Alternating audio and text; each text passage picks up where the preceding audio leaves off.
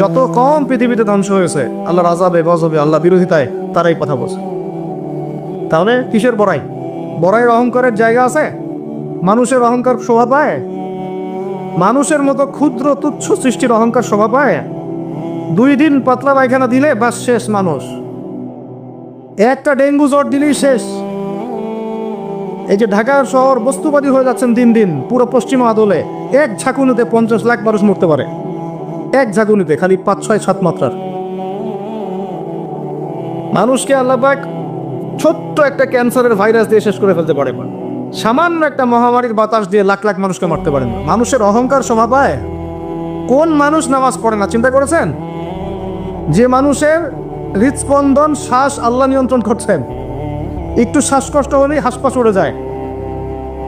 বড় একজন আলেম তেলাওয়াত করছেন, কোরআন তেলাওয়াত, নামাজে আমরা পিছনে নামাজ পড়ছি, শ্বাসকষ্টের কারণে তেলাওয়াতের পুরো আয়াতটা তেলাওয়াত করতে পারেন না, থেমে থেমে তেলাওয়াত করতে হয়। তখন আমার মনের মধ্যে চিন্তা আসলো, সুবহানাল্লাহ, এত বড় আলেম, আল্লাহ পাক তাকে এভাবে দিয়ে, এদের এভাবে শ্বাসকষ্ট দিয়ে পরীক্ষা করছেন, অথচ আল্লাহ পাক আমাকে এখান থেকে মুক্ত রাখছেন, আমি তো তার মতো তেলাওয়াতও করি না। কত মানুষ পঙ্গু হয়ে পড়ে আছে, ওই অবস্থা আল্লাহর ইবাদত করতেছে। কত মানুষের চোখ নাই, হাফেজে কোরআন হয়ে বসে আছে, মুফতি হয়ে বসে আছে, আছে না? তাই নেয়ামতের কথা স্মরণ করেন, আল্লাহ পাকের নেয়ামতগুলো স্মরণ করেন, বোঝার চেষ্টা করেন। আল্লাহ পাক সূরা দুহায় এটাই বলছেন, সূরা দুহার শেষে আল্লাহ পাক এটা বলছেন, আলাম ইয়াজিদকা ইয়াতীমান ফাআওয়া, তোমাকে আমি ইতিম অবস্থায় পাই নাই, আশ্রয় কি দেইনি? ওয়া ওয়াজাদাকা দাল্লান ফাহাদা ওয়া ওয়াজাদাকা আইলান ফাআগনা فأما اليتيم فلا تقهر وأما السائل فلا تنهر وأما بنعمة ربك فحدث। তুমি আল্লাহ পাকের যে নিয়ামতগুলো আল্লাহ দিয়েছেন এগুলো মানুষকে বর্ণনা করতে থাকো, বলতে থাকো, খালি উপলব্ধি করেন যে আল্লাহ পাকের কত নিয়ামতে আপনি আছেন, বাস, আর কিচ্ছু লাগবে না। আর আপনি আমি না থাকলে দুনিয়া থেমে থাকতো না, সব চলতো। তাহলে কিসের জন্য, কাদের জন্য আমরা এই হায়াত এবং সময়, রুজি, এনার্জি, যৌবন নষ্ট করছি? ভাই আমাকে বলেন, কাদের জন্য করছেন? যে আল্লাহর হাতে আপনার প্রাণ, একটু প্রেশার আপ ডাউন করলেই শেষ, একটু শ্বাসকষ্ট হলেই শেষ, একটু মহামারী দিলেই মাস শেষ। সেই মানুষ নামাজ পড়ে না, সেই মানুষ যাকাত দেয় না, সেই মানুষ বলছে যে পর্দা এই যুগে চলে না, ওই যুগে চলতো। সেই মানুষ মুসলমানদেরকে বলছে এরা এখন মৌলবাদী হয়ে যাচ্ছে। সেই মানুষের সারাদিন কাজ প্রোপাগান্ডা হচ্ছে, ইসলামের বিরুদ্ধাচরণ করা, প্রিন্ট মিডিয়া দিয়ে, ইলেকট্রনিক মিডিয়া দিয়ে, ইত্যাদি ইত্যাদি। কোন মানুষের? যেই মানুষের এতটুকু ক্ষমতা নাই যে নিজে আগামীকালের খবর নেবে, নিজে আগামীকালের খবর নেবে, এইটুকু ক্ষমতা যে মানুষের নাই, সেই মানুষ আজকে এই কাজ করে বেড়াচ্ছে। আল্লাহ পাক আমাদের স্বর্গে কথাগুলো বোঝার তৌফিক দান।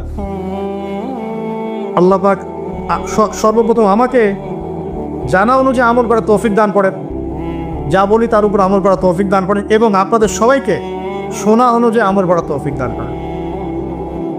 আমি বলছিলাম কায়েম আর দাওয়া এক জিনিস নয়। আমি দাওয়া দিচ্ছি, ইসলামের কথা বলছি, দাওয়াতের ক্ষেত্রে এই বিষয়গুলো খেয়াল রাখবেন। কেন একটা সমাজের মধ্যে সুদের প্রসার বাড়বে? কেন বাড়বে? কেন একটা সমাজের মধ্যে, মুসলিম সমাজে খ্রিস্টান মিশনারিরা অবাধে দাওয়াতি কাজ করবে এবং দলে দলে মানুষকে খ্রিস্টান বানাবে? কেন? আর কেন মুসলমানদের ঈমান এত দুর্বল হবে যে তারা এইভাবে সামান্য একটা চাকরি বা ক্ষমতা, টাকার জন্য, বাড়ির জন্য ঈমান বিক্রি করে দিবে? দেশের, বিশ্বের খবর রাখার চেষ্টা করেন, আনাচে কানাচে এগুলো ছড়িয়ে যাচ্ছে। আগে ছিল যে নিউট্রালাইজেশনের কথা বলছিলাম না, আগে ছিল যে মানুষ হারাম খাইতে দ্বিধাবোধ করতো, যে মানুষ জেনে ফেললে কি বলবে, ছিচি করবে। এখন ঘরে ঘরে সুদ, ঘরে ঘরে। ওয়াল্লাহি আমরা সবাই এখন মায়ের সাথে জেনা করি। নবী সাল্লাল্লাহু আলাইহি ওয়াসাল্লাম বলেছেন, সুদের পাপের 70 শাখা, তার সবচেয়ে নিচের শাখা মায়ের সাথে জেনা করা। আপনি করেন না? আপনার ওয়াইফ দেখেন সমিতিতে টাকা দিচ্ছে, সুদের টাকা। একজন স্ত্রী স্বামী খোঁজার সময় চিন্তা করে দেখে কে টাকা পয়সার দিক থেকে বেশি স্বাবলম্বী, সে হারাম খাক হালাল খাক পরোয়া করতে চায় না। এখনকার অনেক গার্ডিয়ান, পিতামাতা দেখতে চায় না বাচ্চাটা আমার চাকরি করবে কোথায়, হালালে না হারামে, পরোয়া করতে চায় না। করলেই হইল, ওকে নাকি প্রতিষ্ঠিত হতে হবে। ব্যবসায়ী মানুষ ব্যবসা করার সময় খুব খেয়াল রাখছেন না আমি হালাল পণ্যের করছি না হারাম পণ্যের করছি, মাপে কম দিচ্ছি কিনা, সিন্ডিকেট যে আমি করছি এই যে 1 লক্ষ 2 লক্ষ 3 লক্ষ ডিম রিজার্ভ করে রেখে দিলাম, প্রত্যেকটার দাম 1 টাকা করে বেড়ে গেল, 3 লক্ষ ডিমের মধ্যে 3 লাখ টাকা এক্সট্রা লাভ করলো, পুরো রিজিকটাই হারাম। পুরো রিজিকটা কি? হ্যাঁ, মানুষ এগুলো ভাবেও না এখন যে রিজিকও একটা ব্যাপার, যে আমার হালাল রিজিক ছাড়া ইবাদত কবুল হবে না, দোয়াও কবুল হবে না। ওর হারাম রিজিক নিয়ে সে বছর বছর হজমরা করতেছে। আর আবু বকর সিদ্দিক রাদিয়াল্লাহু আনহুর সামনে খাবার আসলো, তিনি তাড়াহুড়ার মধ্যে ছিলেন, খাবারটা খেয়ে ফেললেন। এরপর মনে হলো যে খাবারটা খেলাম, জিজ্ঞাসা করা দরকার ছিল খাবারটা কোত্থেকে আসলো। ভৃত্যকে ডেকে বলছেন খাবার কোত্থেকে নিয়ে আসলো। সেই ভৃত্য বলছে যে আমি জাহেলি যুগে গণকের কাজ করতাম। কিসের কাজ? ও যে হাত দেখে টাকা নেন, টিয়া পাখি দিয়ে ভাগ্য পরীক্ষা করে, আন্টি টান্টি বিক্রি করে, আচ্ছা নাই? ওখানে গেলেই শিখ, গেলে কি লা ইলাহা ইল্লাল্লাহ কেটে গেল, আবার আপনাকে মুসলমান হতে হবে। এত সহজ না। আল্লাহ পাক তার নবীকে ওয়াদা করেছেন, একদম ওয়াদা, হে মুহাম্মদ সাল্লাল্লাহু আলাইহি ওয়াসাল্লাম, তোমার উম্মতের যে কোনো ব্যক্তি আসমান জমিন সমান পাপ নিয়েও যদি আমার সামনে দাঁড়ায়, 7 আকাশের সমান পাপ, জমিনের সমান পাপ আমার সামনে দাঁড়িয়েছে কিয়ামতের মাঠে, তো বেচারার আমলনামায় কোনো শিরকের পাপ নাই। কিসের পাপ নাই? আমি আল্লাহ তার সামনে আসমান জমিন সমান ক্ষমা নিয়ে হাজির হব। ওইটা কেটে গেল কোথায়? খালি গিয়ে বললেন যে দেখেন তো আমার হাতটা একটু দেখে দেন তো, কয়টা মেয়ে আছে আমার লাইফে, কয়টা বিয়ে হবে। ও আবার এই পাশে দাগগুলো দেখে, দেখে বলে যে 2টা। ঠিক আছে, কিন্তু সারা জীবনে আপনি 2টা বিয়ে করতে পারলেন না। করার দরকার নাই, করার দরকার নাই, একটা নিয়ে থাকেন। কেন দরকার নাই? সবাই সবকিছু করতে পারবে না, সবাই সবকিছু করতে পারবে না। বিধান সবার জন্য প্রযোজ্য হয় না। যার ক্ষমতা, যার সামর্থ্য আছে, যে ব্যালেন্স করতে পারে, তার ব্যাপারটা ডিফারেন্ট। সবাই সবকিছু পারবে তো শিরক কেটে গেলে এভাবে। এরকম অনেক কাজ আছে। আপনি বলছেন যে মায়ের কসম, কিসের কসম? শিরক হয়ে গেল। কসম কার নামে করতে হবে? বলতে হবে আল্লাহর কসম। কসম যদি করতেই হয় কার নামে করতে হবে?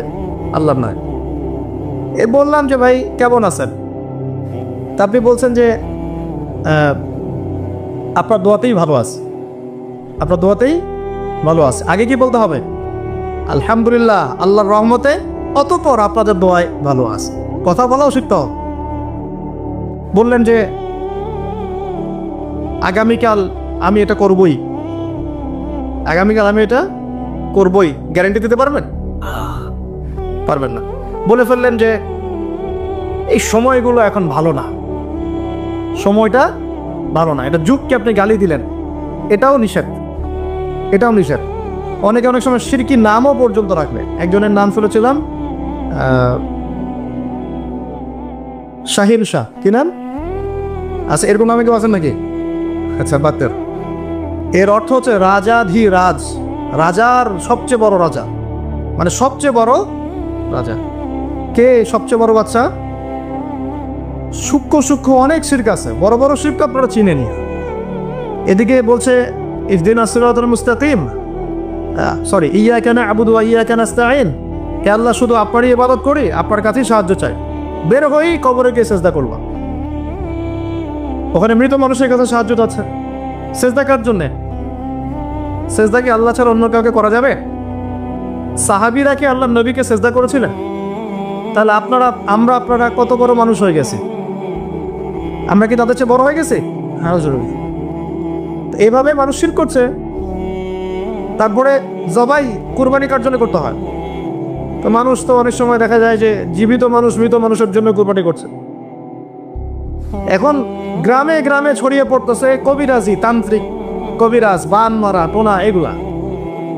যে করবে সেও মুশরিক, যে ওখানে গিয়ে ধন্না দেয় সেও মুশরিক। হ্যাঁ, যে করবে সে তো মুশরিক হয়ে গেছেই। আর যে গিয়ে ধন্না দিচ্ছে যে আপনি আমাকে এগুলা থেকে বাঁচান, এবং সে জিনের সাহায্য নিয়ে বিভিন্নভাবে এই কাজগুলো করে দিচ্ছে, সমস্যা, ইমান কেটে গেল। কি করতে পারবেন? কোরআন এবং হাদিস থেকে চিকিৎসা করতে পারবেন, কোরআন সুন্নাহ থেকে চিকিৎসা করতে পারবেন। এগুলো বলা ঠিক না বা পাবলিকলি বলা উচিত না, এগুলো আমাদের বিরুদ্ধেও করে মানুষ। হ্যাঁ, আমাদের বিরুদ্ধেও মানুষ এগুলো করে, মনে করে আমরা এগুলো বুঝবো না, বা আমাদের এইসব দোয়া কালাম জানা নাই, বা আল্লাহ পাক আমাদেরকে হেফাজত করবেন না, এমনটা মনে করে। আরে সমস্ত কাফেরকে যদি এক পাল্লা রাখা হয়, আল্লাহ পাকের সূরা ফাতিহাকে এক পাল্লা রাখা হয়, তুই পারবা নাকি?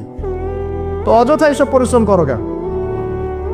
বরং কোরআন সুন্নাহ দিয়ে আল্লাহর কাছে এমন চিকিৎসা নেওয়া যায়, যেই চিকিৎসা ও তো অতিক্রম করতে পারবেই না, বরং করতে গেলে ও নিজে ধ্বংস হয়ে যাবে।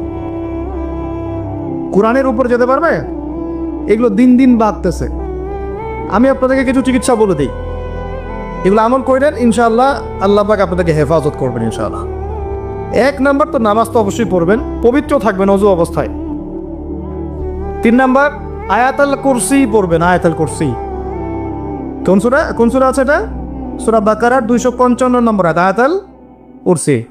আর পড়বেন সূরা বাকারার শেষের 3 আয়াত, সূরা বাকারার শেষের 3 আয়াত। এর আগে সূরা ফাতিহা আছে, তারপরে পড়বেন সূরা ফালাক, নাস, ইখলাস, কাফিরুন।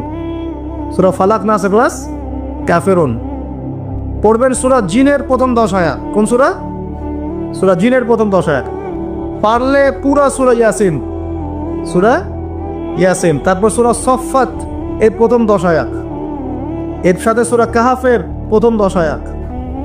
তারপরে সূরা তাহা, সূরা ইউনুস আর সূরা আরাফ। এই 3টা সূরায় জাদু, বান, টোনার এগুলোর বিরুদ্ধে কিছু আয়াত আছে।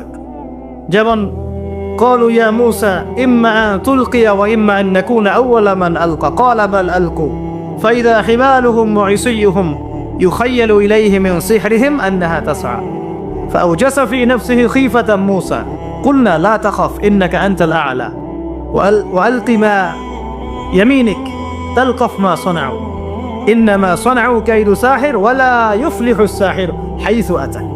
মানে এগুলো অর্থ জানলে আপনারা বুঝবেন। এগুলো পড়লে এগুলো একদম লোহার তরবারি দিয়ে যেমন আঘাত করা হয়, এভাবে আঘাত করা হয়, সব শেষ হয়ে যাবে ইনশাআল্লাহ তাআলা, ইনশাআল্লাহ তাআলা। তো কেউ যদি এগুলোতে আসক্ত থাকেন, এটা শেখ। এটা কি? উমর রাদিয়াল্লাহু আনহুর যুগে তিনি ফরমান জারি করেছিলেন যে কেউ যদি জাদুবিদ্যার চর্চা করে তাকে হত্যা করবে, একদম গর্দান নামে কতল করে দিবে। এটা ইসলামিক লস। ইসলামিক তো বললাম যে ইসলামিক লস কায়েম করা এখন আমাদের পক্ষে সম্ভব, এখন সম্ভব না, কিন্তু ঈসা আলাইহিস সালাম অবশ্যই তা করবেন ইনশাআল্লাহ। আপনাদের কি মনে হয় ঈসা ইবনে মারইয়াম এসে মানব রচিত বিধান দিয়ে তার খেলাফা রাষ্ট্র কায়েম করবেন? জাতিসংঘে গিয়ে বলবেন যে আমাকে ফিলিস্তিনে একটা স্বাধীন রাষ্ট্র প্রতিষ্ঠার অনুমতি দেন, বলবেন? ডলার দিয়ে কেনাবেচা করবেন, তাই মনে হয় আপনাদের? ইলেকট্রনিক মানি দিয়ে, ক্যাশলেস সোসাইটি দিয়ে, এগুলো যা করার আছে করে নেন। করতে করতে যখন ক্ষান্ত হবেন, আল্লাহ পাক তখন ঈসা ইবনে মারইয়ামকে পাঠাবে ইনশাআল্লাহ। পৃথিবীর সমস্ত জুলুম উঠে যাবে ইনশাআল্লাহ। কোনো মাজলুমের অধিকার আর খর্বিত হবে না, প্রত্যেক মাজলুম তার অধিকার ফিরে পাবে ইনশাআল্লাহ। একটা ফিলিস্তিনের বাচ্চার রক্তের প্রতিশোধ আমরা নিব ইনশাআল্লাহ। একটা বোনের ইজ্জতের বদলা আমরা নিব ইনশাআল্লাহ। একটা ভাই যাদেরকে অন্যায়ভাবে হত্যা করা হয়েছে, এদের রক্তের বদলা আমরা নিবই নিব ইনশাআল্লাহ। আমরা বেঁচে না থাকলে আমার সন্তান নিবে ইনশাআল্লাহ, ও বেঁচে না থাকলে তার সন্তান নিবে ইনশাআল্লাহ। আমরা কিছু ভুলি নাই, ভুলে যাবও না ইনশাআল্লাহ। এই দুনিয়া ততদিন পর্যন্ত ফানা হবে না যতদিন এই দৃশ্য বিশ্ববাসী না দেখছে ইনশাআল্লাহ। তোমাদের যা করার আছে করো, যা ইচ্ছা করতে থাকো। এখন বিশ্বের মুসলমানদের রক্তের হোলি খেলায় মেতেছে এরা, যেখানে মুসলমান সেখানেই নির্যাতন, চায়নায় নির্যাতন, ওইখানে ইয়াতে কি বলবো, ওটা কি সিরিয়াতে নির্যাতন, তারপর ইয়েমেনে নির্যাতন, ফিলিস্তিনে নির্যাতন, ইরাকে করে গেল, হ্যাঁ, তারপরে যে লেবাননে করে, জর্ডানে করতেছে, আরব কান্ট্রিগুলোর মধ্যে, আফ্রিকার কান্ট্রিগুলো, যে কোনো জায়গাতে তাকান দেখুন খালি মুসলমানদের উপর নির্যাতন আর নির্যাতন চলতেছে। এর জন্য শুধু ওরা দায়ী নয়, এর জন্য আমরাও দায়ী। কেন নির্যাতন আসবে না? কেন আল্লাহর গজব আসবে না? কারণ নবী সাল্লাল্লাহু আলাইহি ওয়াসাল্লাম বলেই গিয়েছিলেন যে শেষ জামানায় কাফের মুশরিকরা তোমাদেরকে এমনভাবে আঁকড়ে ধরবে, ঘিরে ধরবে, যেন দস্তরখানায় সবাই খাবার খেতে বসেছে। মানে আমরা সবাই দস্তরখানায় খাবার খেতে বসে যেমন করে বসি একসাথে, ওই যুগে বলছিলেন ইয়া রাসূলুল্লাহ সাল্লাল্লাহু আলাইহি ওয়াসাল্লাম, আমরা কি ওই সময় সংখ্যায় কম হব? অবাক হয়েছিলেন তারা, কারণ ওই সময় তো ইসলামের বিজয়ের যুগ। আমাদের এইরকম অবস্থা হবে যেখানে আমরা 313 মিলে 1000 বদরে ঠেকাই দেই, 700 মিলে উহুদের 3000 ঠেকাই দেই, মোতাব যুদ্ধে আমরা কত 3000 নিয়ে 2 লাখকে ঠেকাই দেই। ওই মুসলমানদের এই অবস্থা হবে? সাহাবীরা বলছিলেন অবাক হয়ে। তখন নবীজি বলছেন, হ্যাঁ তোমাদের অবস্থা ওইরকম হবে। তোমরা সংখ্যায় হবা সমুদ্রের ফেনার মতো। সমুদ্রের, দেখতে পাচ্ছেন এখন খালি নাম কেউ আসতে মুসলিম বাড়তেই আছে। সমুদ্রের ফেনার মতো, কিন্তু 2টা জিনিস তোমাদেরকে পেয়ে বসবে। এই 2টার কারণে এই পরিণতি তোমাদের হবে। এক নম্বর হচ্ছে তোমাদের মধ্যে দুনিয়ার মহব্বত তোমাদেরকে পেয়ে বসবে, আর একটা আল ওয়াহান তোমাদেরকে ধরে ফেলবে। সাহাবীরা বলছে ওয়াহান কি? নবীজি বলছে তোমরা আল্লাহর পথে জীবন দিতে চাইবে না, এই ভয়, আল্লাহর পথে জীবন দেওয়ার ভয় তোমাদেরকে পেয়ে বসবে। এই 2টা যখন তোমাদেরকে পেয়ে বসবে, তখন এই কাফের, মুশরিক, মুনাফিক যারা যারা আছে সবাই মিলে তোমাদেরকে একটা কচু কাটা করে ফেলবে। হয় না এখন এটা? শুধু এই যুগে না, প্রত্যেক যুগে যুগে যখনই মুসলমানদের উপরে এই 2টা এসেছে, তখনই মুসলমানরা আক্রমণের শিকার হয়েছে। কখনো তাতারিদের হাতে, ওই যে চেঙ্গিস খানের বংশধর মনে আছে, মঙ্গলরা, ওরা এসে মুসলমানদেরকে একদম কেটে ফেলে দিয়েছিল। কতদিন? 40 দিনের মধ্যে বাগদাদে ওরা মনে হয় প্রায় 10 থেকে 15 লক্ষ মানুষকে হত্যা করেছে, ওই তাতারিরা মুসলমানদেরকে, আব্বাসীয়দের সময়। এরকম হিস্ট্রি অনেক আছে। তারপরে যখন এই ফাতেমি সাম্রাজ্য চলছিল, তখন ক্রুসেডাররা এসে মুসলমানদেরকে হত্যা করেছে। তারপরে আবার করেছে জেঙ্গিদের সময়, আইয়ুবিদের সময়, এমনকি মোগল সাম্রাজ্য। এর আগেও যখন দুনিয়া পৃথিবী ওখান ঢুকে গিয়েছিল, তখন দেখা গেছে যে মুসলমানদের মধ্যেই মারামারি চলতেছে।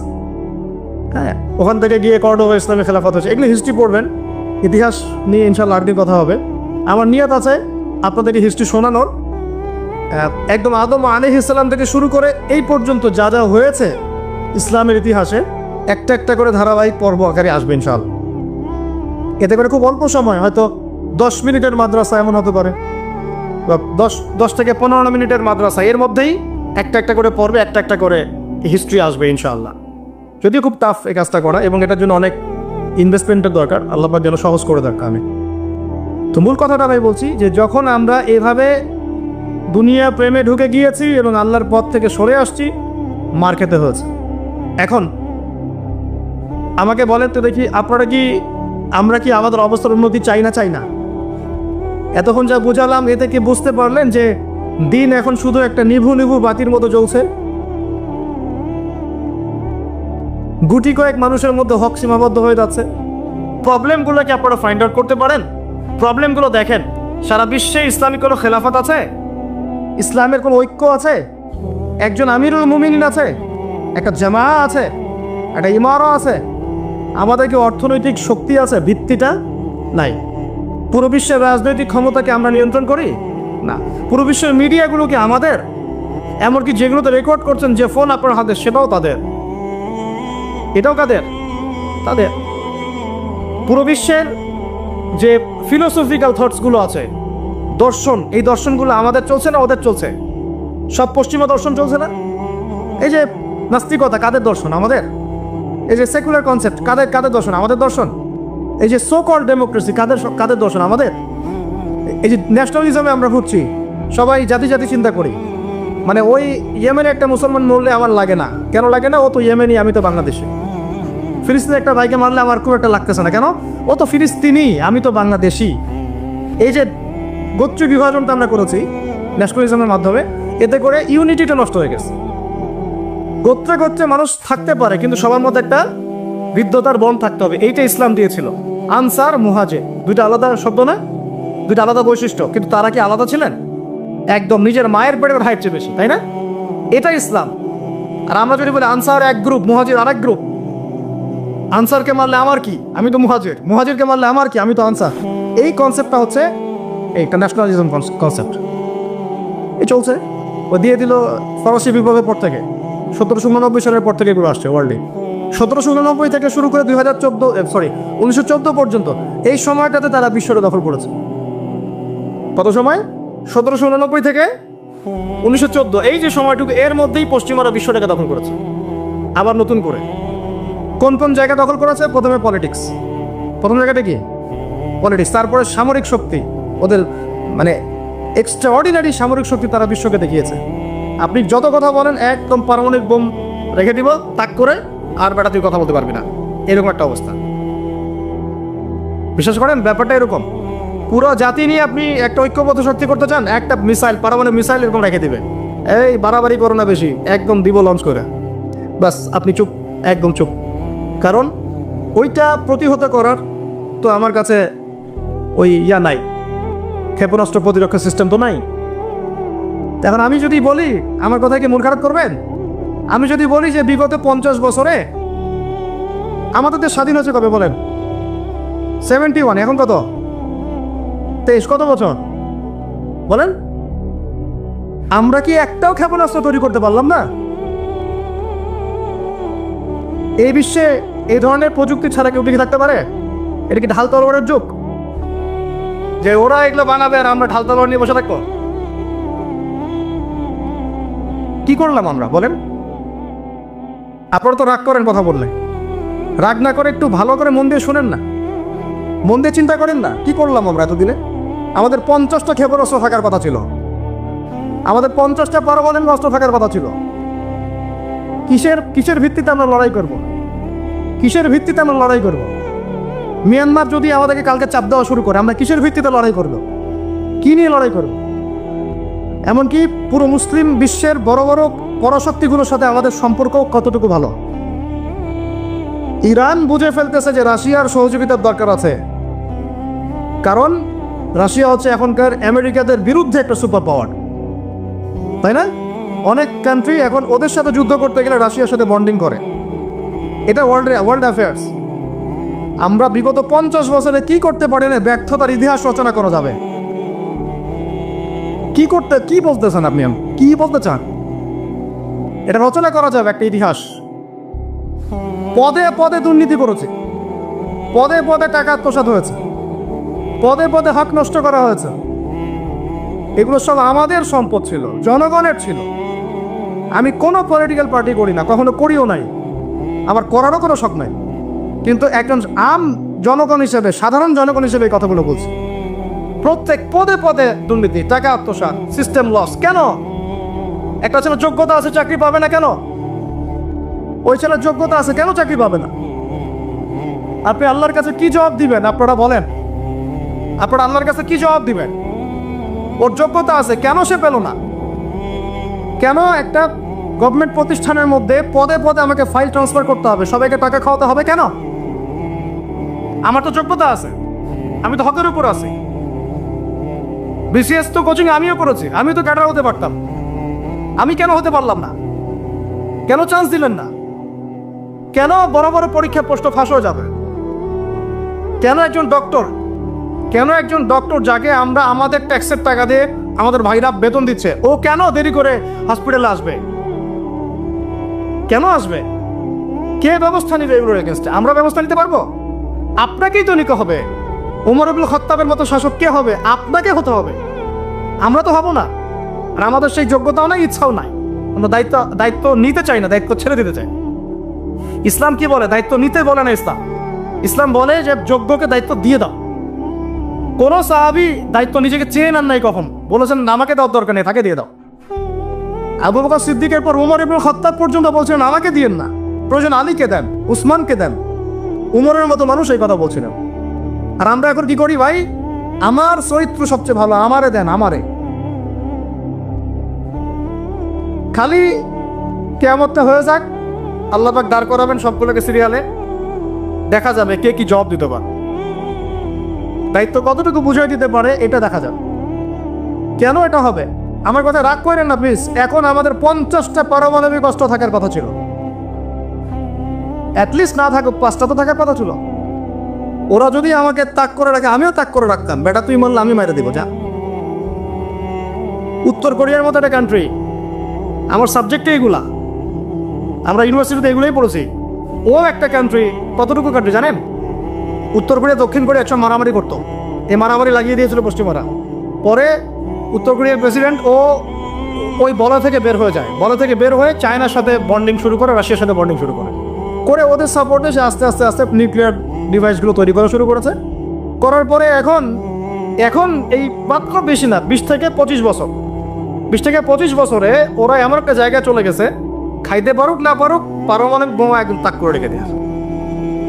পশ্চিমারা ওখানে নাক গলাতে পারে না, ও নাক গলাতে পারে আমার কাছে এসে আমাকে বলে স্যাংশন দিবে, আমাকে বলে তোমাকে ভিসা নীতি বাতিল করে দিব। ও আমাকে বলতে পারে, ওকে বলতে পারবে না তো, আর ওর কাছে ওইরকম অস্ত্র আছে, দিবে একটা মাইরা যা বেটা আসো। ওর পার্ল হারবার আছে সামনে জাপানের ওখানে। কারণ এটা এমন একটা বিষয় যে একটা যদি সে মারে আর এও তো একটা মারতে পারবে। একটা বোমা পড়লে পুরো জাতি একদম মুহূর্তের মধ্যে ছাই হয়ে যাবে ছাই। এই জন্য এটা যুদ্ধ এত সহজে কেউ যেতে যাবে না। এটা হচ্ছে একটা মনস্তাত্ত্বিক শক্তি যে আমার কাছে আছে, তুই মারলে কিন্তু আমি মারতে পারি। এই মনস্তাত্ত্বিক শক্তিটাই দরকার ছিল, এখন নাই। আর ভাই এগুলো আমাদেরও তো অনেক দোষ, সব কিছু তো আমরা মানুষের উপর চাপাই দিয়ে বসে থাকা। আমরা যখন অ্যানালাইসিস করতে বসি সবাই মনে হয় যে বিজ্ঞ পণ্ডিত, কিন্তু আপনি তো দায়িত্ব নিয়ে সামনে আসছেন না, আপনি তো পড়াশোনা করে উপরে আসছেন না, আপনি তো জ্ঞান অর্জন করে মানুষকে বোঝানোর চেষ্টা করছেন না। আমরা তো আমাদের দায়িত্ব পালন করছি না, করছে কি? আল্লাহ পাক আমাদের সবাইকে বিচক্ষণ হওয়ার তৌফিক দান করেন। কয়টা সায়েন্টিস্ট তৈরি হয়েছে আমাদের, বলেন কয়টা সায়েন্টিস্ট তৈরি হয়েছে আমাদের জাতির মধ্যে? নাস্তিক তো ভুরি ভুরি তৈরি হচ্ছে। কয়টা সায়েন্টিস্ট তৈরি হয়েছে আমাদের ইউনিভার্সিটিগুলোর মধ্যে? কয়জন অর্থনীতিবিদ তৈরি হয়েছে ইউনিভার্সিটিগুলোর মধ্যে? আমিও তো পড়েছি ইউনিভার্সিটি। ছেলে মেয়ে একসাথে বসে গাল গল্প করে, কিনা বাদাম খায়, কোনো সময় স্যার আর ছাত্রীর প্রেম হয়ে যায়। আমি বলছি না কিছুই হয় না, পড়াশোনা তো হয়, সিস্টেম তো অনেক সুন্দর, টাকা পয়সাও সরকারি অনেক খাচ্ছেন আপনারা। কিন্তু এখন কথা হচ্ছে গভর্নমেন্টের যে এত টাকা পয়সা খাচ্ছেন, রেজাল্টটা কি দিচ্ছেন? কি জাতীয় উপহার দিচ্ছেন আপনারা? কোন প্রজন্ম উপহার দিচ্ছেন? এগুলো কি গভর্নমেন্ট টাকা আপনারা কি মনে করেন? এই ট্যাক্সের টাকাকে কি মনে করেন? এগুলো মানুষের আমানত, রক্ত ঘাম করা পয়সা। আপনাকে বেতন দেওয়া হচ্ছে, আপনাকে ফ্ল্যাট দেওয়া হচ্ছে, আপনাকে গাড়ি দেওয়া হচ্ছে, ওগুলোর দিকে তো চোখ দেন না। আমরা একটা এক্স করলা গাড়িতে চললেই একদম নজরদারির মতো চলে আসি। গাড়ি কোত্থেকে আসলো? আমার গাড়ির দাম তো 6 লাখ টাকা না 7 লাখ টাকা, আপনার গাড়ির দাম তো 50 লাখ টাকা। আর এগুলো আমাদেরকে মানুষ ভালোবেসে হাতিয়ে দিয়েছে। আপনাকে ভালোবেসে না দিলে আমি কি করতে পারি? আমার কিছু করার আছে?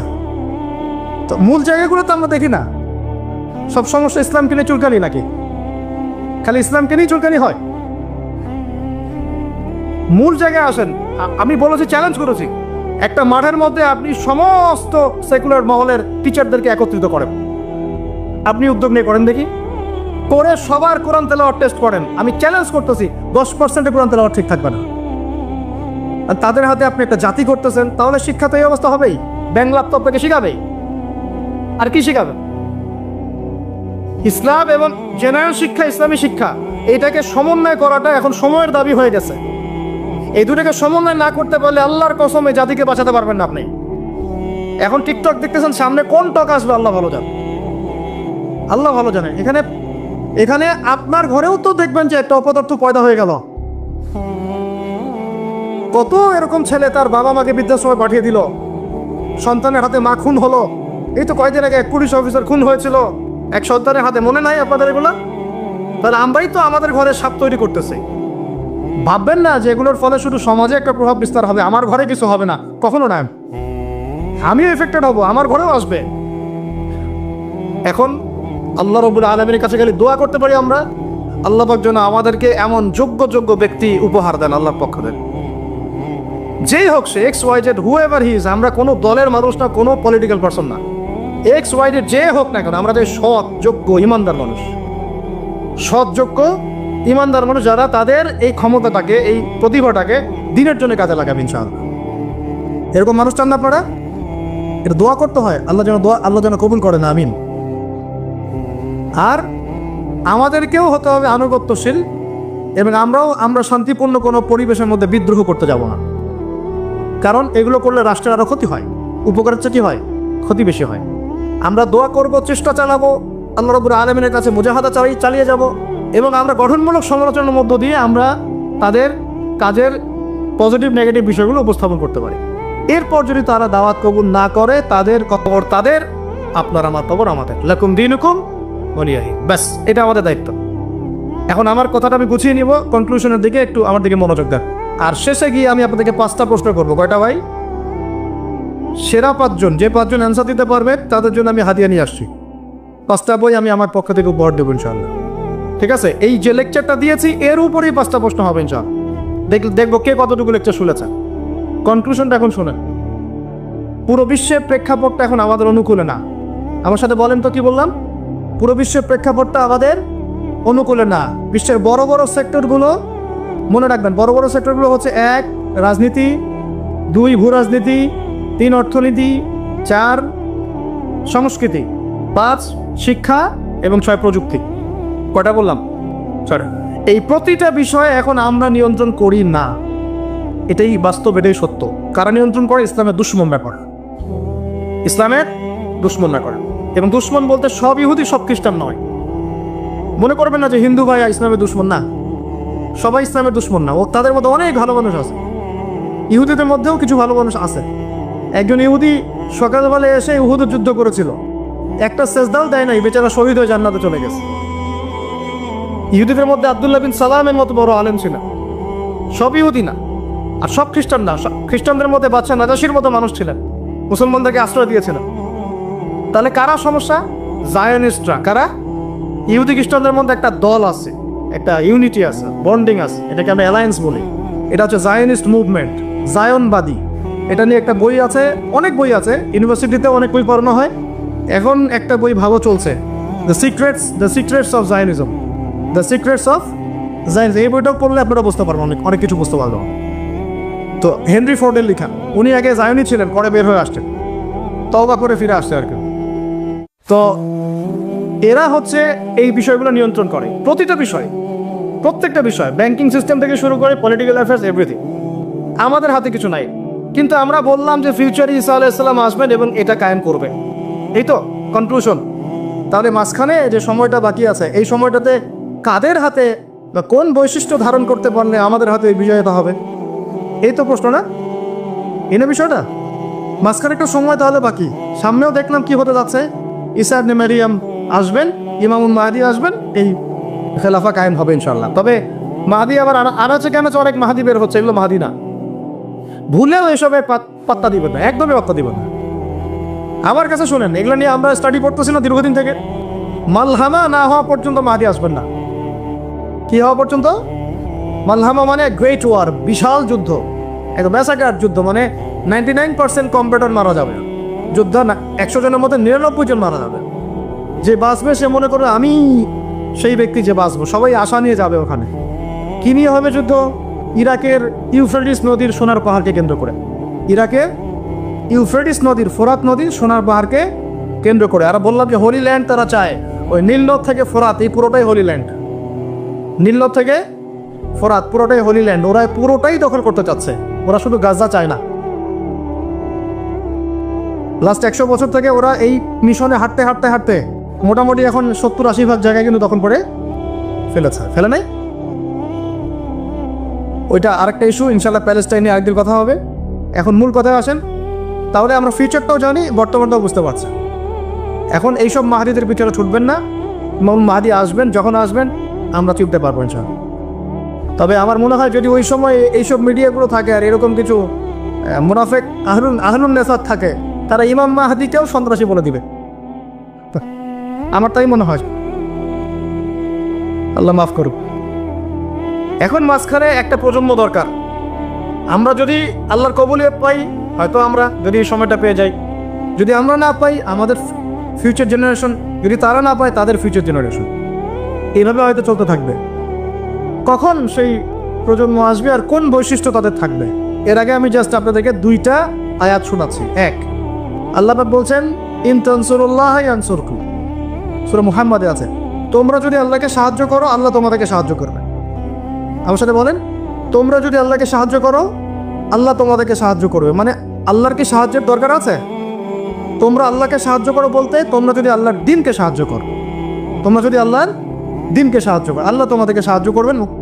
ওই উসাব্বিত আকদামাকুম, তোমাদের পা আল্লাহ পাক শক্ত করে দিবেন ইনশাআল্লাহ। একটা। 2 নাম্বার, ইন্নাল্লাহ লা ইউগাইয়িরু মা বিকওমিন হাত্তা ইউগাইয়িরু মা বিআনফুসিহিম। আল্লাহ পাক কোনো কওমের, কোনো জাতির অবস্থা ততক্ষণ পর্যন্ত পরিবর্তন করেন না, সংশোধন করেন না, যতক্ষণ তারা নিজেরাই নিজেদের অবস্থা পরিবর্তনের চেষ্টা না করে। আয়াত তো পরিষ্কার। এখন তৈরন আবাবিল আসবে না, এসে ইসরায়েলে হামলা করবে না, পাথর নিক্ষেপ করবে না, এটা সেই যুগ না। এটা আবরাহার যুগ না যে হস্তি বাহিনীকে ধ্বংস করার জন্যে তৈরন আবাবিল আসবে, এটা সেই যুগ নয়। এখন আবাবিল আপনাকেই হতে হবে, আমাকেই হতে হবে। কথা কি বুঝতে পারছেন? এটা নিজেদের তাকদীর, নিজেদের ভাগ্য, নিজেদের মানে ভবিষ্যৎ আল্লাহর উপর তাওয়াক্কুল করে তার হুকুম মেনে আমাদেরকে করতে হবে ইনশাআল্লাহ। তার কোন কোন বৈশিষ্ট্য লাগবে একটু খালি বলে শেষ করে দিই। 1, এমন প্রজন্ম চাই যেই প্রজন্ম 5 ওয়াক্ত নামাজ পড়ে। রাজি আছে কিনা ইনশাআল্লাহ? জোরে বলেন, আল্লাহ সাক্ষী থাকুন আমি। এমন প্রজন্ম চাই যেই প্রজন্মের প্রত্যেকটা মুসলিম পরিবারের 100% নামাজি মাসান। এটা না হওয়া পর্যন্ত বড় বড় বয়ান করেও কোনো লাভ নাই। 1, ঠিক আছে ভাই? রাজি আছি তো ইনশাআল্লাহ? আজকের পর থেকে নামাজ ছাড়বো? আল্লাহ পাক আমাদেরকে নামাজ সত্য করে ধরার তৌফিক দান করে। আর নামাজটা ভালো করে শিখে নেবেন, ধীর স্থিরভাবে পড়বেন, তাড়াহুড়া করবেন না, ঠিক আছে? 3G 4G না, শান্তভাবে পড়বেন। 2, আমরা এমন প্রজন্ম চাই যেই প্রজন্মের 100% মুসলমান কোরআন তেলাওয়াত করতে পারে। রাজি আছি কিনা ইনশাআল্লাহ? আগামী বছর ওয়াজ করতে আসার আগেই আপনাদের সবার কোরআন তেলাওয়াত সহি চাই ইনশাআল্লাহ। রাজি আছেন ইনশাআল্লাহ? আল্লাহকে কথা দেন, রাজি আছেন? অবশ্যই অবশ্যই কোরআন তেলাওয়াত শিখতেই হবে। যেমনে পারেন, যেভাবে পারেন, যত টাকা লাগুক, যার কাছে যেতে হয় হোক, যত দূরে সফর করতে হয় হোক। আপনার দায়িত্ব এটা, আমার দায়িত্ব না, হুজুরের দায়িত্ব না, এটা আপনার দায়িত্ব। আপনি কিভাবে শিখবেন আপনার ফিকির। 3 নাম্বার, আমরা এমন প্রজন্ম চাই যেই প্রজন্ম ভিতরে বাহিরে সুন্নতের অনুসারী। রাজি আছি ইনশাআল্লাহ? সবার চেহারা দাঁড়িয়ে থাকবে ইনশাআল্লাহ, সবার সুন্নতি লেবাস থাকবে ইনশাআল্লাহ, সুন্নতের আমল থাকবে ইনশাআল্লাহ। সুন্নতের জিন্দেগি বই পাওয়া যায়, কিনবেন, প্রত্যেকটা কাজের সুন্নত দেখে নেবেন, ঠিক আছে ভাই? প্রত্যেকটা কাজের সুন্নত আমল করার চেষ্টা করবো, আল্লাহ পাক তৌফিক দান করুন, আমিন। শেষ করে দিচ্ছি, মনোযোগ ধরে রাখেন, আর 5 মিনিট। 4 নাম্বার, এমন প্রজন্ম চাই যেই প্রজন্ম কোশ্চিনকালেও হারাম খাবে না। রাজি আছি ইনশাআল্লাহ? হারাম খাবো, সুদ খাবো, ঘুষ খাবো, দুর্নীতি করবো, মানুষের সম্পদ আত্মসাৎ করবো, অন্যায়ভাবে আমরা মানুষকে ঠকাবো? আল্লাহ পাক আমাদেরকে বোঝার তৌফিক দান করুন, আমিন। 5, এমন পরিবার চাই যেই পরিবার হবে পুরোপুরি ইসলামিক পরিবার। রাজি আছেন ইনশাআল্লাহ? আল্লাহ কবুল করুন, আমিন। এই জায়গাতে গিয়ে আপনাদেরকে একটা নসিহত করি যুবকদেরকে, বেশিরভাগই তো অবিবাহিত নাকি? কি দুঃখ, কি কষ্ট। একটা কাজ করবেন, আগে একটা ছোটখাটো হালাল রিজিকের ব্যবস্থা করবেন, তারপরে বিয়ে শাদী। হালাল রিজিকের ব্যবস্থা না কইরা বিয়ে শাদী করতে যায় না, নিজের মান সম্মান গায়রত বলে কিছু থাকবেন, ঠিক আছে ভাই? আর ওই যে বলছি, ভুলেও বেদিন কোনো মেয়েকে বিয়ে করতে যায় না। দিনদার মেয়ে খুঁজবেন, আর দিনদার মেয়ে তো বাইরে সার্টিফিকেট লেবাস দেখে বোঝা যাবে না আসলে। এটা আপনাকে খোঁজখবর নিতে হবে, দেখতে হবে তার পরিবার কেমন, ব্যাকগ্রাউন্ড কেমন, মা কেমন, ইত্যাদি ইত্যাদি, তার কোয়ালিফিকেশন কেমন, এবং পাত্রী দেখেও নেবেন। পাশাপাশি আল্লাহর কাছে দোয়া করতে হবে বেশি করে। কি করতে হবে? স্ত্রী খাদিজার মতো হতে পারে, আবার নূহ আলাইহিস সালামের স্ত্রীর মতো হতে পারে। বুঝেন পার্থক্য? বুঝেন? খাদিজা রাদিয়াল্লাহু আনহা মানে কি? এমন একজন মহিয়সী নারী যে একজন মহাপুরুষের পিছনে সাপোর্ট দিচ্ছে। সুবহানাল্লাহ, কি সাপোর্টটা দিয়েছেন দেন নাই নবী সাল্লাল্লাহু আলাইহি ওয়াসাল্লামকে পুরো নবুয়তের জীবনে। এটাও হতে পারে তাকদিরে। আবার নূহ আলাইহিস সালামের স্ত্রী, মনে আছে? লূত আলাইহিস সালামের স্ত্রী, তারা দুজন নবী, তারা দুজন জান্নাতি, তাদের স্ত্রীরা হবে জাহান্নামী। বলে নাউজুবিল্লাহ। তারপরেও আল্লাহ পাক এত বড় নিশ্চয়তা দেওয়ার পরেও উম্মতে মুহাম্মাদের মধ্যে 73 দল হবে, যার 72 দল জাহান্নামে যাবে। আমি কি বুঝাতে পারছি? এত বড় রহমত দেওয়ার পরেও উম্মতে মুহাম্মাদির 73 দল হবে, যার মধ্যে 72টা দলই জাহান্নামে যাবে, একটা জান্নাতে যাবে। মা আনা আলাইহি ওয়া আসহাবি, যারা নবী সাল্লাল্লাহু আলাইহি ওয়াসাল্লাম এবং সাহাবীদের আদর্শের উপরে থাকবে ইনশাআল্লাহ তাআলা। আর ইসলামের নামে যারা দলাদলি করেছে তারা সবাই এই আয়াত দিয়ে দলিল পেশ করছে। এটাও একটা বিস্ময়কর বিষয়। এত বড় মার্সি থাকার পরেও প্রত্যেক 1099 জন মানুষ জাহান্নামে যাবে, বলেন নাউজুবিল্লাহ। আর সূরা আরাফের 179 নম্বর আয়াতে আল্লাহ পাক আরো বলেছেন, ওয়ালাকাদ যারানা লিজাহান্নামা কাসীরাম মিনাল জিন্নি ওয়াল ইনস, আমি প্রচুর জিন আর মানুষকে দিয়ে জাহান্নাম পূর্ণ করব, প্রত্যেক 1999 জনকে দিয়ে। কি অপরাধ, কি অপরাধ? উত্তর, লাহুম কুলুবুন লা ইয়াফকাহুনা বিহা। 1 নম্বর অপরাধ, তাদের কলব ছিল, উপলব্ধি করতো না। আবার শোনেন, তাদের কলব ছিল, উপলব্ধি করতো না। ওয়ালাহুম আযানুন লা ইয়াসমাউনা বিহা, কান দিয়েছিলাম শোনে নাই। ওয়ালাহুম আ'য়ুনুন লা ইউবসিরুনা বিহা, চোখ দিয়েছিলাম দেখেনি। উলাইকা কাল আনআম, এরা গবাদি পশুর মতো। বাল হুম আদল, বরং তার চেয়েও নিকৃষ্ট। ওয়া উলাইকা হুমুল গাফিলুন, এরা হচ্ছে গাফেল সম্প্রদায়। আল্লাহ রাব্বুল আলামিন বলেছেন সূরা আরাফ 179 নম্বর আয়াত। তাহলে জাহান্নামে যাওয়ার কারণ বুঝতে পারছি? 3টা বড় বড় কারণ।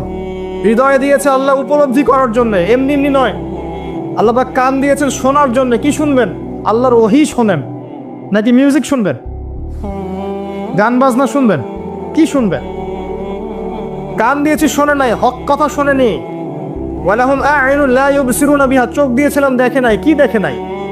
আল্লাহর নিদর্শন দেখেনি, আল্লাহর মারিফত দেখে নাই, আল্লাহকে উপলব্ধি করেনি, আল্লাহর সামনে আত্মসমর্পণ করেনি। চোখ দিয়েছে, কি দেখেছে?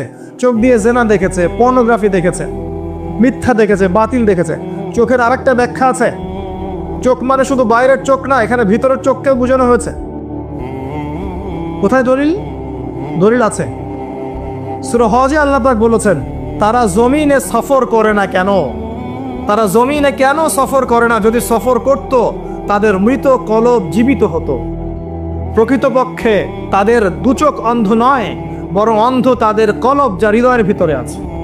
তাহলে বুঝতে পারলাম আরেকটা কলব আছে। আরেকটু ভালো করে বুঝাই।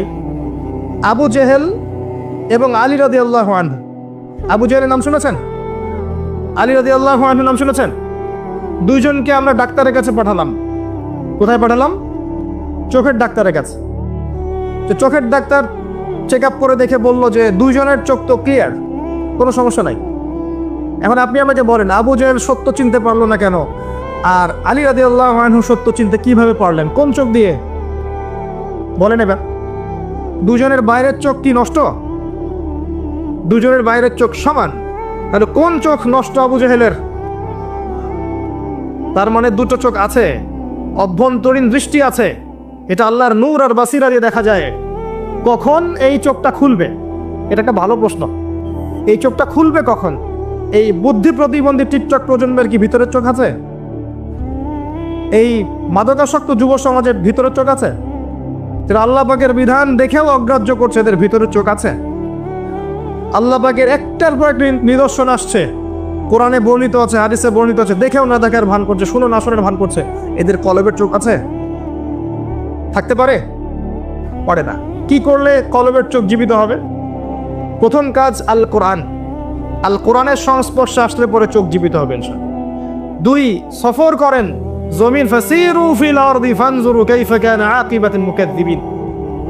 জমিনে ভ্রমণ করে দেখো, তোমরা আল্লাহ নিদর্শনগুলোকে দেখো, দেখলে তোমাদের মৃত কলব জীবিত হবে ইনশাআল্লাহ। আল্লাহ নিদর্শনগুলো দেখো যে মিথ্যাবাদীদেরকে আল্লাহ পাক কিভাবে ধ্বংস করেছেন। জর্ডানের ডেড সিকে দেখেন, ওখানে লূত আলাইহিস সালামের কওম ছিল, আল্লাহ পাক উল্টে দিয়েছেন, ওখানে কোনো প্রাণী জন্ম হয় না, কোনো প্রাণ থাকে না।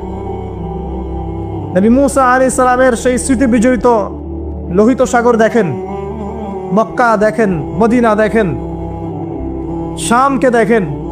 আল্লাহ পাক যত জায়গায় নিদর্শন রেখেছেন, সমুদ্র দেখেন, আপনাদের পাহাড় দেখেন। আফালা ইয়ানজুরুনা ইলাল ইবিলি কাইফা খুলিকাত ওয়া ইলাস সামাই কাইফা রুফিআত ওয়া ইলাল জিবাল কাইফা নুসিবাত ওয়া ইলাল আরদি কাইফা সুতিহাত। নিদর্শনগুলোকে দেখেন, প্রকৃতিকে দেখেন, মহাকাশকে নিয়ে চিন্তা করেন। সূরা মুলকে আছে না, আকাশের দিকে দৃষ্টি দাও, তোমাদের চোখ ব্যর্থ হয়ে ফিরে আসবে, তোমরা রহস্য ভেদ করতে পারবে না।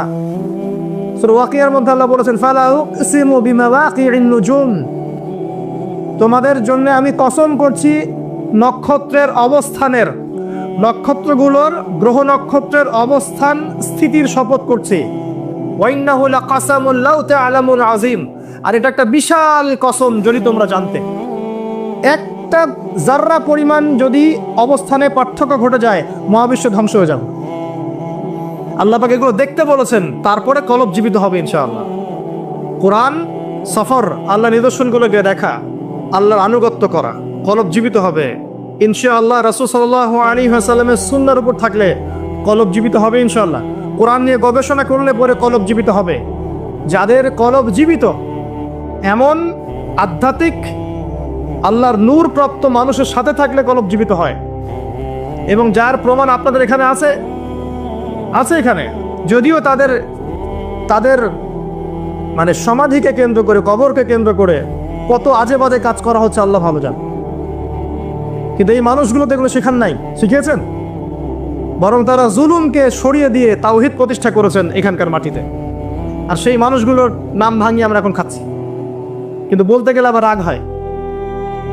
কিন্তু সেই মানুষের কবর ছুঁয়ে যদি আমি গায়ে মাখি, আমার কোনো ফায়দা আছে? তার আদর্শই তো নেই আমার মধ্যে। মূল জিনিসটা কি? তার আদর্শ। কি করেছিলেন তারা এই জায়গায়? তারা এই জায়গায় জালেমের শেকড় উপড়ে দিয়েছিলেন, দিয়ে আপনাদের এখানে ইসলামের পতাকা কায়েম করেছেন। লক্ষ লক্ষ মানুষ এখন এখানে আল্লাহকে ডাকছে, আজান হচ্ছে, ইকামত হচ্ছে, নামাজ হচ্ছে, পর্দা হচ্ছে। এবং সিলেটের মানুষ বেশিরভাগই নামাজি আলহামদুলিল্লাহ, বেশি থেকে বেশি মসজিদ আছে।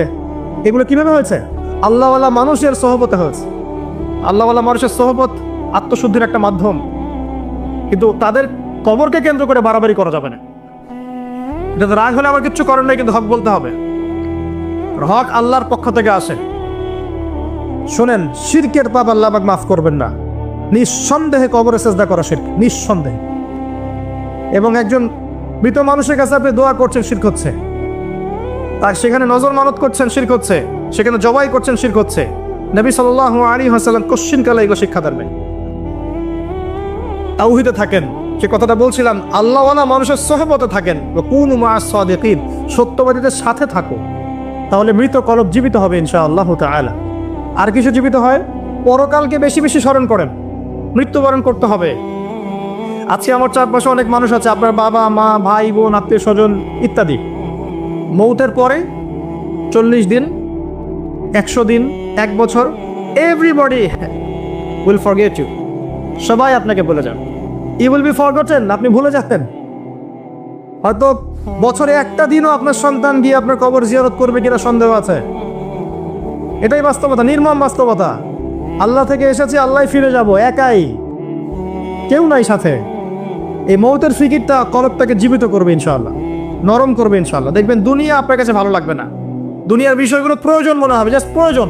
আমার প্রয়োজন আছে চাকরির, প্রয়োজন করছেন। আপনার প্রয়োজন আছে খাবার দাবার, প্রয়োজন আছে স্ত্রী সন্তান, আপনার প্রয়োজন আছে একটা জব, কিছু একটা। দুনিয়াটা আপনার প্রয়োজন, প্রয়োজন শেষ আপনি আল্লাহর হয়ে যান। আল্লাহর হওয়া এত সহজ নয়। আল্লাহর হতে হলে শুধু আল্লাহর জন্যই সব কাজ করতে হয়। ইন্না সলাতি ওয়া নুসুকি ওয়া মাহইয়ায়া ওয়া মামাতি লিল্লাহি রাব্বিল আলামিন, তখন গিয়ে আপনি আল্লাহকে পাবেন। আমার কথা ভালো করে শোনেন, যদি আপনি মানুষকে সন্তুষ্ট করতে যান এবং মানুষের কাছে কিছু পাওয়ার আশা করেন, আপনি কষ্ট পাবেন। বিশ্বাস হচ্ছে না? মানুষের কাছে এক্সপেকটেশন বেশি রাখেন, আপনি কষ্ট পাবেন। আপনি আল্লাহর কাছে আশা করেন, কষ্ট পাবেন না। আপনি সমস্ত কাজ আল্লাহকে সন্তুষ্ট করার জন্য করেন, আপনি কষ্ট পাবেন না। আর যদি আপনি মানুষের কাছে প্রতিদান আশা করেন, কষ্ট পাবেন। তাহলে সমাধান, যার যার হক তাকে দিয়ে দেন, যার যার হক তাকে পরিপূর্ণ মাত্রায় দিয়ে দেন। নিজের হক আল্লাহর কাছে চেয়ে নেন, ইনশাল্লাহ আপনি সুখে থাকবেন। যত দিন যাবে এই কথাটা বাস্তবতা আপনারা ফিল করবেন, কারণ এখন শেষ জামানা। এখন বন্ধনগুলো ভেঙে যাবে, পারিবারিক বন্ধন, আত্মীয়র বন্ধন, প্রতিবেশীর বন্ধন, কাঠামো ভেঙে পড়বে। দেখছেন না কি হচ্ছে? পরিবেশ, ভাই ভাইকে হত্যা করছে, সন্তান বাবাকে হত্যা করছে, ডিভোর্স বাড়ছে, জেনা বাড়ছে, পরকীয়া বাড়ছে। কি হচ্ছে না? যত দিন যাবে এগুলো বাড়তে থাকবে। শুধু আল্লাহর হয়ে যান, কষ্ট পাবেন না ইনশাআল্লাহ। প্রত্যেকটা কাজ আপনি আল্লাহর জন্য করেন, আল্লাহকে পেয়ে যাবেন ইনশাআল্লাহ। তখন দেখবেন আপনি মনে মনে একটা কিছু চিন্তা করেছেন, আপনার সামনে হাজির। আল্লাহ শুনেছেন আপনার ডাক। আল্লাহ পাক আপনার জন্য সারা দুনিয়া উল্টা দিতে পারবেন তখন ইনশাআল্লাহু আজ্জা ওয়া জাল। যদি আল্লাহ পাক আপনার কলবের মধ্যে নূর দেখেন, স্বচ্ছতা দেখেন এবং নিরহংকার মুক্ত মন দেখেন, ইখলাস দেখেন, ইনশাআল্লাহ আল্লাহ ওয়ালাদের সোহবতের সাথে মৌতের স্মরণ, পরকালের স্মরণ, কলব জিন্দা হবে। আর কয়েকটা কথা বলি, বেশি খেলে কলব মরে যাবে, বেশি খেলে কলব মরে যায়। এখন দেখা যায় যত বড় আশিক রাসূল তত বড় ভুঁড়ি। নবী সাল্লাল্লাহু আলাইহি ওয়াসাল্লাম এমনটা শেখান নাই। এগুলো আযাব। আমি তো ফিজিক্যালি নবীর সুন্নাহ পালন করতে পারছি না, আমি মানুষের সুন্নাহর দিকে ডাকবো কি? খাওয়াই তো ঠিক নাই, মানে যার খাওয়া ঠিক নাই মানে তার প্রবৃত্তির চাহিদা বেশি, পাশবিক চাহিদা বেশি, প্রবৃত্তির চাহিদা বেশি, কন্ট্রোল করতে পারে না। দেখবেন ফিটনেস ঠিক নাই, বেশি খেলে কলব মরে যাবে, বেশি ঘুমালে কলব মরে যাবে, বেশি কথা বললে কলব মরে যাবে, মানুষের সাথে বেশি বেশি মেলামেশা করলে কলব মরে যাবে। এমনকি বেশি থেকে বেশি যদি আপনি স্ত্রী সহবাস করেন কলব মরে যাবে। সিরিয়াসলি বলছি, প্রবৃত্তিগত যে বিষয়গুলো আছে এগুলোকে কন্ট্রোল করতে পারলে কলব জিন্দা থাকে। এটা তো হালালের কথা বলো, হালাল। আর হারাম যেগুলো, কেউ যদি সুদ খায় তাহলে কলব জিন্দা থাকবে? ঘুষ খেলে কলব জিন্দা থাকে? দুর্নীতি করলে বা ব্যভিচার করলে, জেনা করলে কলব জিন্দা থাকবে? তখন তো ঈমানের সাথে কোনো সম্পর্কই নেই, ডিসকানেক্টেড। এই কাজগুলো করার চেষ্টা করে আল্লাহ পাক আমাদের সবাইকে তৌফিক এনায়েত করুন, আমিন। এই অংশে গিয়ে আমি আসন্ন রমাজান কেন্দ্রিক কিছু কথা আপনাদের সাথে শেয়ার করছি। ইনশাআল্লাহ তাআলা এই কথাগুলো আপনাদের কাজে দেবে ইনশাআল্লাহ। আমরা এখন শাবান মাসে বসে আছি, আমাদের সামনে রমাদান। আমরা সবাই এই হাদিসটা শুনেছি যে রমজান মাসে গুনাহ মাফ করাতে পারলো না সেই ব্যক্তির জন্য ধ্বংস। কিন্তু আমরা আসলে জানি না অনেকেই যে কিভাবে ইফেক্টিভলি রমাজানকে কাজে লাগানো যায়। ইফেক্টিভলি রমাজানকে কাজে লাগানোর জন্য কয়েকটা কাজ আমি আপনাদেরকে বলে দিচ্ছি। আমি দোয়া করছি আল্লাহ পাক প্রথমে আমাকে করার তৌফিক দান করুন, অতঃপর আপনাদের সবাইকে করার তৌফিক এনায়েত করুন। আর আমি তাদের অন্তর্ভুক্ত হতে চাই না যাদের জিহ্বাকে আগুনের কেচি দিয়ে কেটে দেওয়া হবে। কাদের কেটে দেওয়া হবে? এক শ্রেণীর বক্তা, এটা বলতো কিন্তু করতো না। আর এটা বিশ্বাস রাখেন, এই চেয়ারগুলিতে এখন যারা বসে সবাই কথা অনুযায়ী কাজ করে না, সবাই কথা অনুযায়ী কাজ করে না। আর বাহ্যিকভাবে যা দেখা যায় ভিতরে সবসময় এমন থাকে না। তো এখন জনগণ স্মার্ট, মানুষ আস্তে আস্তে বুঝতে পারে জিনিসগুলো। আর আল্লাহ রাব্বুল আলামিন যখন কাউকে কবুল করে নেবেন, আল্লাহ রাব্বুল আলামিন তার জন্য মানুষের মনে ভালোবাসা সৃষ্টি করবেন ইনশাআল্লাহ। আর আল্লাহ পাক যখন কাউকে অপদস্থ করতে চাবেন তখন কারো সাধ্য নাই তাকে ঠেকায়। আল্লাহ যদি কাউকে কবুল করেন, সারা দুনিয়ার মানুষ মিলেও তাকে বিতর্কিত করতে পারবে না। কথা কি বুঝতে পারছেন? ওসব কৌশল করে লাভ নাই, এসব কৌশল বাদ দেন। আল্লাহ যদি কাউকে কবুল করেন তাহলে সারা দুনিয়ার মানুষের ক্ষমতা নাই তার চুল পরিমাণ ক্ষতি করে।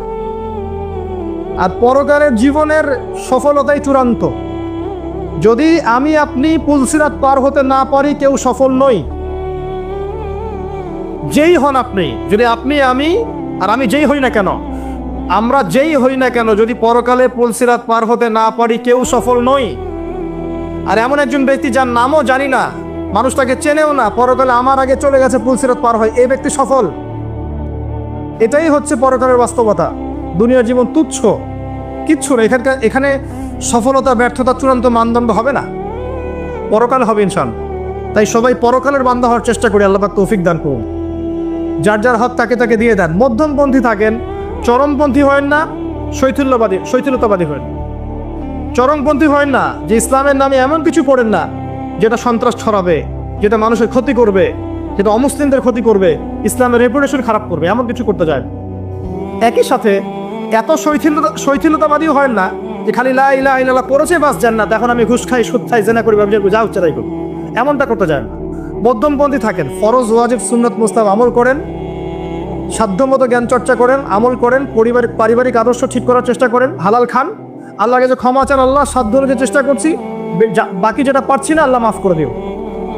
কারণ এখন এই যুগে আমি স্যারেন্ডার করছি, এই যুগে 100% ইসলাম পালন করা সম্ভব না, ইল্লা মাশাআল্লাহ।